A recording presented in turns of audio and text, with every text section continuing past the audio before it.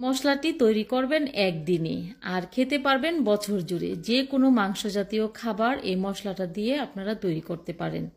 আর একদিনে মশলাটা রেডি করে রাখলে বছর জুড়ে খুব সহজে রান্না করে খেতে পারবেন। তো এই মশলাটা তৈরি করার জন্য এখানে আমি 16 রকমের মশলা নিয়েছি।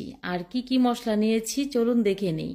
তার আগে এখানে একটি কাপড় আমি দিয়ে দিচ্ছি, কাপড়ের উপরে তারপরে এই মশলাগুলো এক এক করে নিয়ে নিচ্ছি। প্রথমে নিয়েছি এখানে শাহি জিরা, তারপরে নিয়েছি এখানে মৌরি বা মিষ্টি জিরা যাই বলে থাকেন না কেন।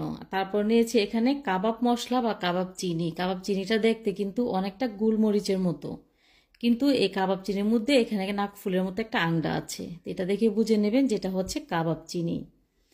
তারপরে এখানে নিয়ে নেব সাদা গোলমরিচ, কালো গোলমরিচটাও নিয়ে নিচ্ছি। আর উপকরণগুলো কিন্তু আমি লিখে দিয়েছি কতটুকু পরিমাণে আমি নিয়েছি, আশা করছি আপনারা দেখে বুঝতে পারবেন। তারপর এখানে নিয়েছি লবঙ্গ, তারপর এখানে দিয়ে দিব জয়ফল। আর এই জয়ফলটা 7 থেকে 8 পিস নিলেই হবে। তারপরে নিয়েছি জয়ত্রী 15 থেকে 20 পিস নিব। এখানে দারচিনি, দারচিনির পরিমাণটাও আমি এখানে লিখে দিয়েছি, আপনারা দেখে উপকরণগুলো সম পরিমাণে নিয়ে নেবেন। তারপরে নিয়েছি এখানে এলাচ, তারপরে এখানে দিয়ে দেব কালো এলাচ বা বড় এলাচ যাই বলে থাকেন না কেন। তারপরে এখানে নিয়েছি স্টার অ্যানিস, আর এটা হচ্ছে তারা মশলা। এই মশলাটা আপনারা নিতে পারেন 6 থেকে 7 পিস। ধনে নিয়েছি 100 গ্রাম পরিমাণে। এখানে জিরা এবং ধনেটা আমি সম পরিমাণে এখানে নিয়েছি। এই মশলায় আমি কিন্তু তেজপাতা ব্যবহার করিনি, আপনারা চাইলে সম পরিমাণে এখানে তেজপাতাটা দিতে পারেন।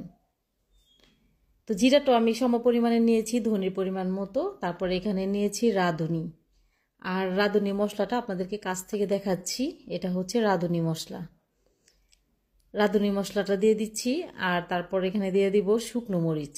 শুকনো মরিচটা দিয়েছি শুধুমাত্র কালারের জন্য, কালারটা সুন্দর আসার জন্য। আপনারা চাইলে শুকনো মরিচটা বাদ দিতে পারেন, বা আমার মনে হয় দিলেই ভালো হয়।